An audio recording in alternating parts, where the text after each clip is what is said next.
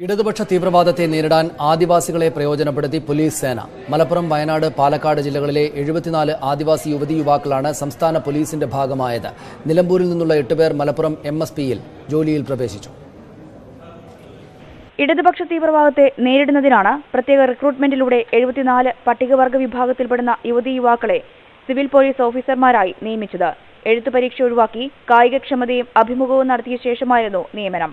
Malabar special പോലീസിൽ നിലമ്പൂർ മേഖലയിൽ നിന്നുള്ള 8 പേരാണ് നിയമിതരായത്. വയനാട് നിന്നാണ് കൂടുതൽ ആളുകൾ. 51 പേര് KAP 4th ബറ്റാലിയനിലോട്ട് 51 പേരുണ്ട്. അത് വയനാട് ജില്ലകളിലുള്ള ആളുകളാണ്. MSPയെ സംബന്ധിച്ച് നിലമ്പൂർ ഭാഗത്ത് നിന്ന് 8 പേരാണ് MSPയിലോട്ടുള്ളത്.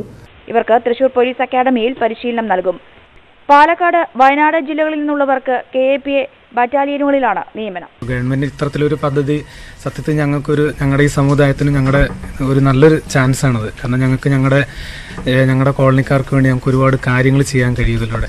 മറ്റു ജോലി വല്ല യൂണിഫോം എന്ന് പറയുമ്പോൾ എല്ലാവർക്കും ഒരു ഇതിന്റെ സന്തോഷം തന്നെയല്ലേ. അപ്പോൾ വീട്ടുകാരുടെ എല്ലാവരുടെയും സപ്പോർട്ടുണ്ട്. ഇതിപ്പോൾ നമ്മളൊരാൾ വന്നു കഴിഞ്ഞാൽ തന്നെ മറ്റുള്ളവർക്കും അതൊരു ഇൻസ്പിറേഷനാണ്. എനിക്കും ഇങ്ങനെ ആകണം എന്നുള്ള ആഗ്രഹം എല്ലാവരും മനസ്സിലുണ്ടാവും. അപ്പോൾ ഇനി അടുത്ത സെലക്ഷനൊക്കെ വരുമ്പോൾ അവർ സ്വാഭാവികമായിട്ടും കൊടുക്കും.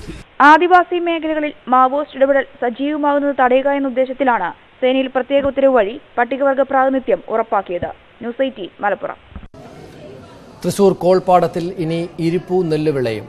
4000 ഏക്കർ പാടത്താണ് ഇക്കൊല്ലം ഇരിപ്പൂ കൃഷി ഇറക്കുന്നത്.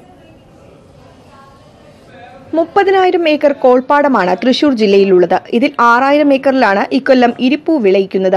ആദ്യ വിളയ്ക്ക് ശേഷം 12 പാടശേഖരങ്ങൾ നെല്ലും 8 പാടശേഖരങ്ങൾ പച്ചക്കറിയും കൃഷി ചെയ്യും. 10,000 ഏക്കറിലെങ്കിലും ഇരിപ്പൂ കൃഷി ഇറക്കണമെന്നതാണ് കൃഷി വകുപ്പിന്റെ ലക്ഷ്യം.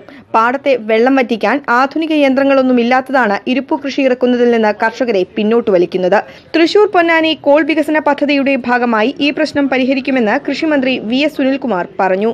കോൾ മേഖലയിൽ 4,000 ഹെക്ടർ സ്ഥലത്ത് നമുക്ക് അഡീഷണൽ ക്രോപ്പ് ചെയ്യണം എന്നുള്ളതാണ് ഗവൺമെന്റ് ടാർഗറ്റ് ചെയ്യുന്നത്.